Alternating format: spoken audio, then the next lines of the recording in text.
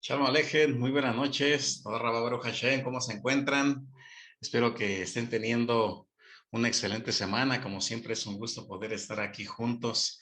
Hashem permitiéndonos descubrir un poco más sobre los misterios, bueno, que antes eran misterios y que gracias a su misericordia se van revelando cada vez más y más los senderos que anteriormente se encontraban ocultos, sobre todo cuando nosotros vamos decodificando principalmente lo que nosotros conocemos como el Tanaj, la Biblia, y principalmente la Torá.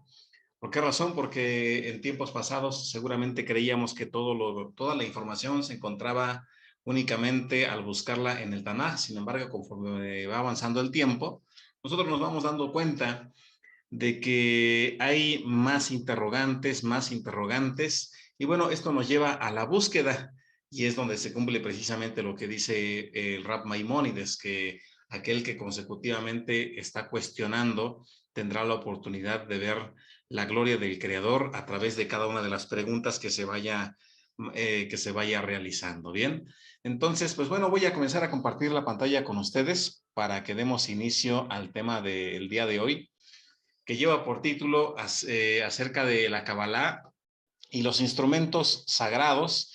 Y cuando hablamos sobre el tema de instrumentos sagrados, no pensemos nosotros que estamos hablando únicamente sobre que vamos a desarrollar el tema únicamente basado en los recursos que nosotros conocemos fundamentalmente en nuestra vida cotidiana, porque seguramente cuando nosotros visitamos la sinagoga, alguna comunidad, algún cajal, lo primero que vemos nosotros o en un hogar judío son generalmente una serie de accesorios que tienen un significado profundo. Y bueno, pues algunos de estos ya los conocemos fundamentalmente. Sin embargo, pues es muy importante que nosotros nos preguntemos el de por qué la necesidad de tener artículos físicos, todos y cada uno de nosotros, para poder tener esa certeza de que hay una conexión con la gran divinidad. Y esto déjeme decirle que es necesario. ¿Por qué razón? Porque como nosotros tenemos una vasija o un cuerpo físico, al final del día nosotros tenemos que interactuar, y el Creador en su sabiduría pues permite que estos elementos físicos existan y que logren manifestar el puente de su emanación energética, de forma que nosotros podamos observar y en medida de lo posible palpar aquello que difícilmente sería visible a nuestros ojos o perceptible, a menos de que se haya desarrollado una espiritualidad constante. Sin embargo, volvemos a mencionar, estamos llenos de objetos, de cameots, así se conoce, lo que se traduciría algo similar como amuletos, pero no cometamos el error de pensar que amuletos desde una perspectiva común, como la que hoy en día se utiliza en todo el mundo, sino como recursos que se elaboran no por cualquier persona, sino por alguien que toma un tiempo determinado, se especializa y toma en cuenta muchísimo la influencia astral para poder escribir un texto, elaborarlo o inclusive para la colocación de los mismos.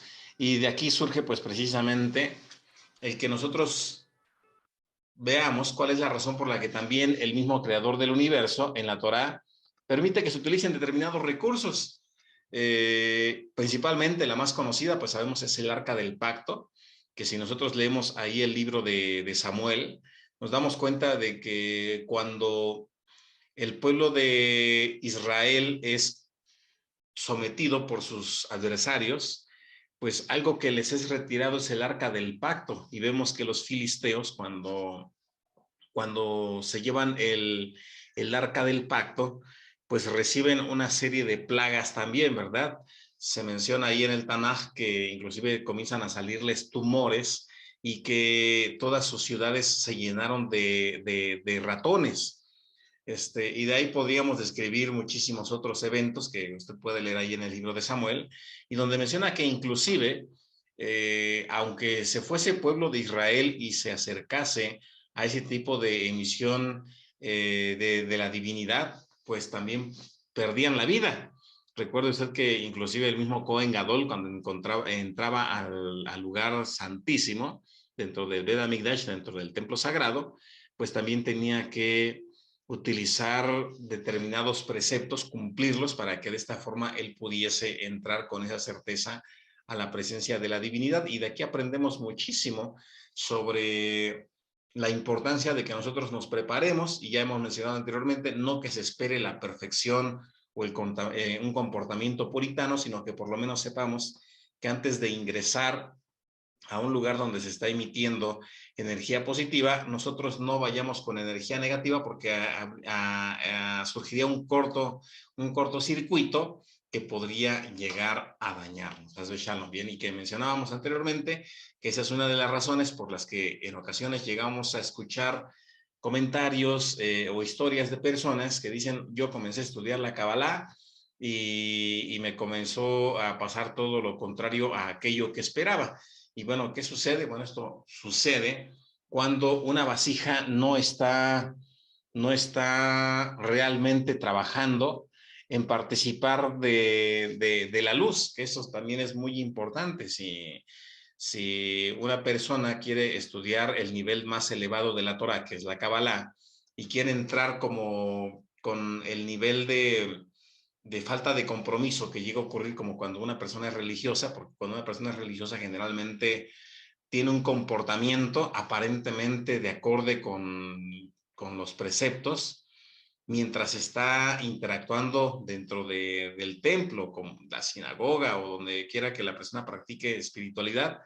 ¿Y qué sucede? Después se le olvida por momentos y vuelve a un comportamiento totalmente mundano.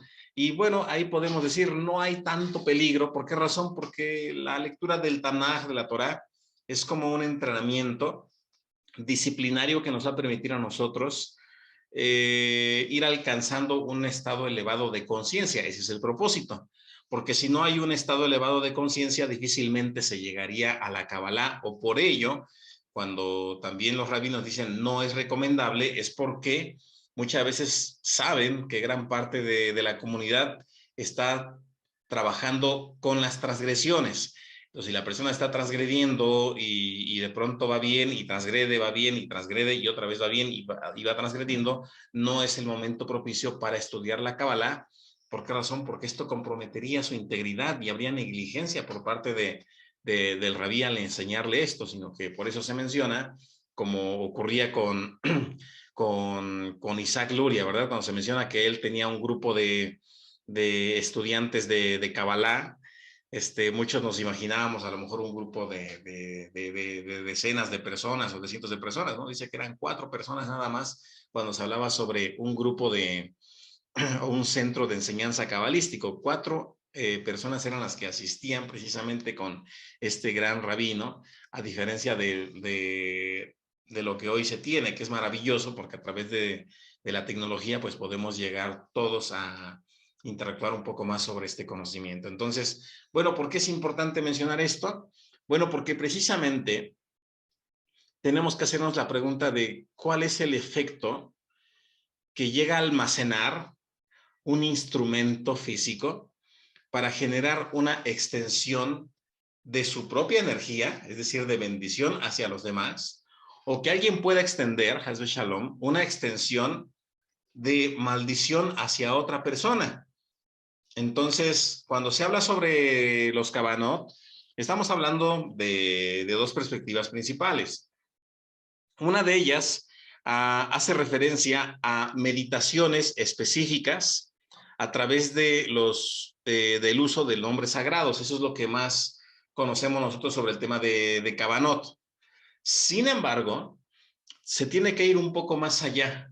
Como dice Aryeh Kaplan, dice, bueno, ¿qué hay más allá del simple hecho de generar meditaciones con estos nombres sagrados? ¿Cuál es el impacto? ¿Cómo puedo asegurarme de que estoy generando un puente a pesar de que no logro percibirlo visualmente? Y bueno, generalmente uno puede darse cuenta a través de la adhesión energética que llega a generar una persona sobre un recipiente.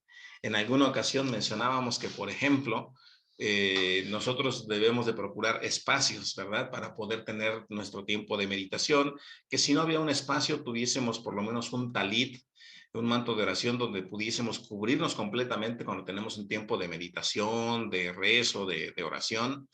Y o en todo caso, si no se tiene un talit, una manta completamente, ya sea de lana pura o de lino. Es decir, son dos materiales que están descritos ahí en la Torá, y que cabalísticamente también tienen un significado muy importante.